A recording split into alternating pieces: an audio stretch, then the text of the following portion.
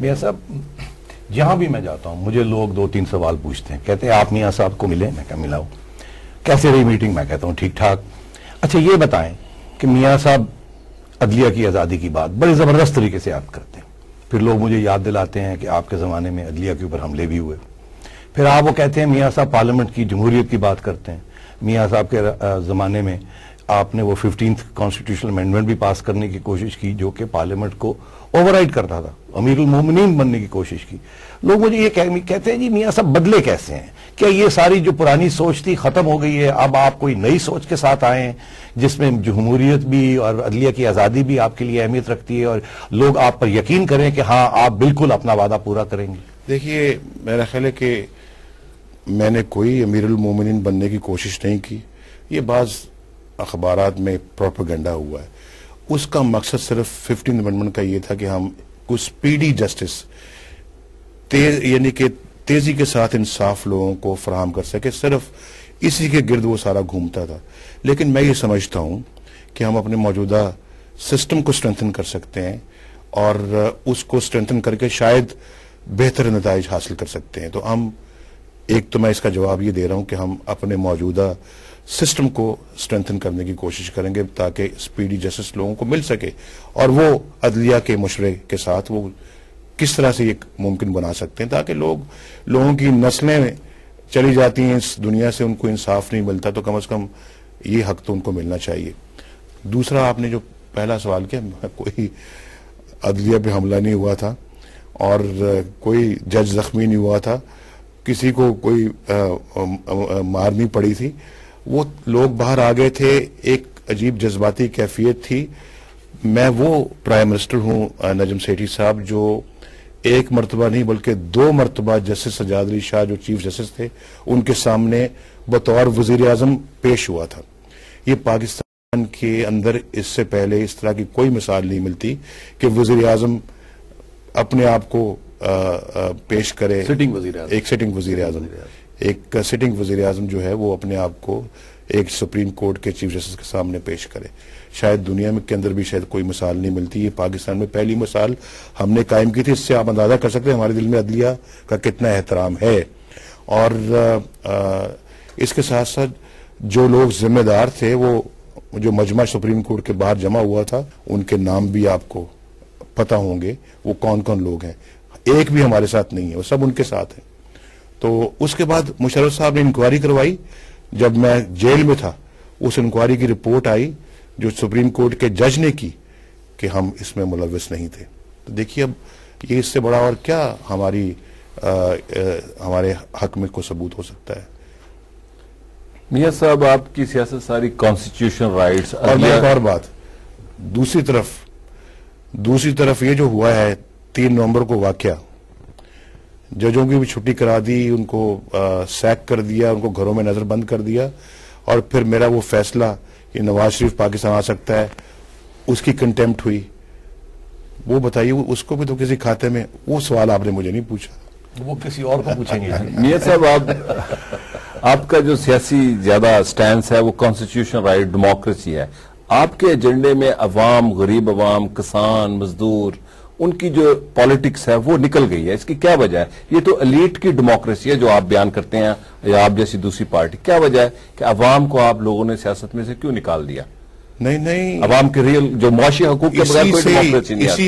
اسی سے وہ سارے چشمے پھوٹیں گے, خوشحالی کے, روزگار کے, مہنگائی کو ختم کرنے کے, ترقی کے, تعلیم کے, صحت کے چشمے اسی سے پھوٹیں گے. یہ وہ راستہ ہے جس کی منزل یہ ہیں اہداف جو میں آپ کے سامنے جن کا ذکر کر رہا ہوں. ورنہ تو پھر یہ 8 سالوں میں مشرف صاحب کو دوسری دفعہ مارشل لا لگانے کی کیوں ضرورت پیش آئی؟ آج اپنے ہی دور میں اپنے ہی خلاف انہوں نے دوبارہ مارشل لا لگایا ہے. اگر یہ انہوں نے 7 پوائنٹ ایجنڈا دیا تھا سن 2000 میں, اس 7 پوائنٹ ایجنڈا جو تھا وہ عوام کی فلاح و بہبود کا ایجنڈا تھا. اس میں کون سا ایک بھی شک ان کی پوری انہوں نے کی ہے؟ تو میں آپ کو یہ بتانا چاہتا ہوں کہ اس وقت ہمارا ایجنڈا یہ ہے کہ ہم پاکستان کے غریب عوام کے لیے وہ لوگ جو علاج معالجے کی سہولتیں نہیں सह सकते या बर्दाश्त कर सकते, उनका पाकिस्तान स्टेट के एक्सपेंस के ऊपर उनके इलाज मुआवजे की सहूलतें फराहम करे। हमारा इसकी एक छोटी सी मिसाल थी, वो जो गुर्दों के मरीजों के लिए हमने मुफ्त इलाज की सहूलत शुरू की थी, उसके लिए अस्पताल पाकिस्तान भर में कायम किए थे, लेकिन मुशर्रफ साहब ने उसको बंद कर दिया, ये कहकर कि हमारे पास पैसे नहीं है, और फिर कहते हैं खजाना भरा हुआ है। वो खजाना अगर भरा हुआ है तो लोग बेचारे आटे से क्यों मजबूर हैं? आटे के लिए लाइनें लगी हैं और खजाना भरा हुआ है। तो मैं ये कह रहा हूं कि हमने तालीम, हमारी पहली हुकूमत है जिसने यानी 1.5% पाकिस्तान का जीडीपी का तालीम पे खर्च होता था, हमने आके उसको बढ़ा के 2.7% किया। आइंदा मौका मिला तो हम इसको इंशाल्लाह 4-5% तक लेके जाएंगे, जो कि तरक्की याफ्ता मुल्कों में होता है। तो हम बतदरीज इसको बढ़ा रहे थे। हम तालीम के मैदान में इंशाल्लाह इनकलाबी काम करेंगे, और हम वो गवर्नमेंट है जिसने पहली मरतबा पाकिस्तान के अंदर इक्तिसादी प्रोग्राम शुरू किया था। नजम सेठी साहब इस बात के गवाह हैं। हमारी इकोनॉमिक रिफॉर्म्स न सिर्फ पाकिस्तान में बल्कि हिंदुस्तान में बड़ी मकबूल हुई, और उन्होंने पाकिस्तान की इकोनॉमिक रिफॉर्म्स को स्टडी किया। हिंदुस्तान के वजीर आज़म ने मुझसे खुद बात की, नरसिम्हा राव साहब ने, कि जनाब हम हमारे मुल्क के अंदर प्रेशर है कि हम पाकिस्तान के ये इकोनॉमिक रिफॉर्म्स को फॉलो करें, हम स्टडी करना चाहते हैं। हमने कहा आप बड़े शौक से आप स्टडी कीजिए। मनमोहन सिंह साहब उनके उस वक्त वजीर खजाना थे, उन्होंने कामयाबी के साथ हमारी रिफॉर्म्स को अपने मुल्क में इम्प्लीमेंट किया, उस पर अमल दरामद किया।